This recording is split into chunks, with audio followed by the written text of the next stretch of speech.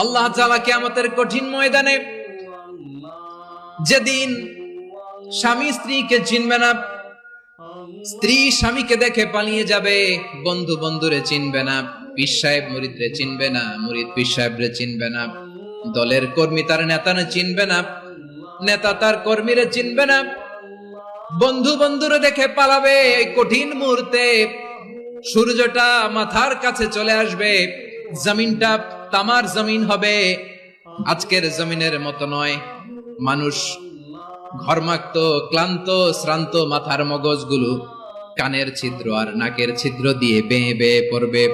বিশ্বনবী ফরমান, কিয়ামতের ওই কঠিন ময়দানে 7 শ্রেণীর ব্যক্তিকে রব্বুল আলামিন তার আরশের নিচে ছায়া দিবেন।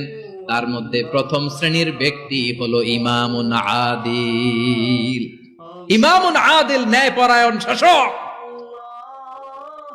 যে ইনসাফের সাথে বিচার করে, যে জাস্টিস সমাজে সার্ভ করে, যে সুশাসন নিশ্চিত করে, ওই ইমামুন আদিল। আদিল শব্দটা বুঝছেন না? ইন্নাল্লাহা ইয়া'মুরু বিল আদল, পাইছেন?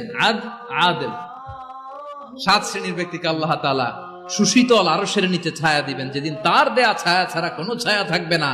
এর প্রথম হচ্ছে ইমামুন আদিল, ন্যায়পরায়ণ শাসক। চিল্লায় বলেন সুবহানাল্লাহ।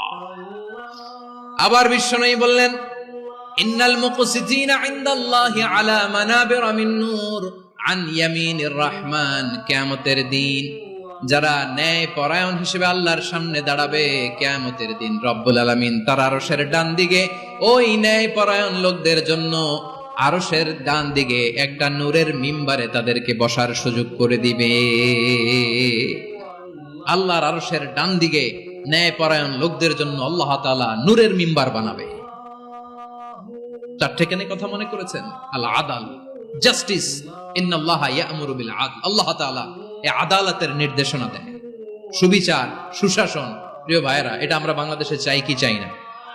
এই যে অরাজকতা, এই যে অন্যায়, এই যে জুলুম, এই যে ইনকনসিস্টেন্সি, সমাজের অসঙ্গতির প্রধান কারণ জাস্টিস নাই, সুবিচার নাই, সুশাসন নাই।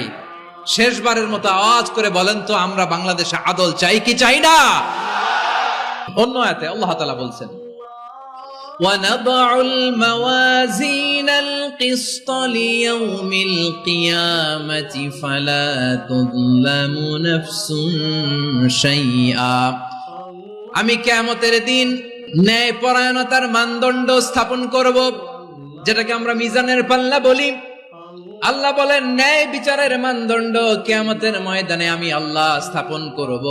সেদিন কারো প্রতি বিন্দু পরিমাণ, এক চুল পরিমাণ অবিচার করা হবে না, কোনো অবিচার করা হবে না। সেদিন সুশাসন হবে, সুবিচার হবে, ন্যায় পরায়ণতার সাথে বিচার হবে। আওয়াজ করে পড়েন আল্লাহু আকবার।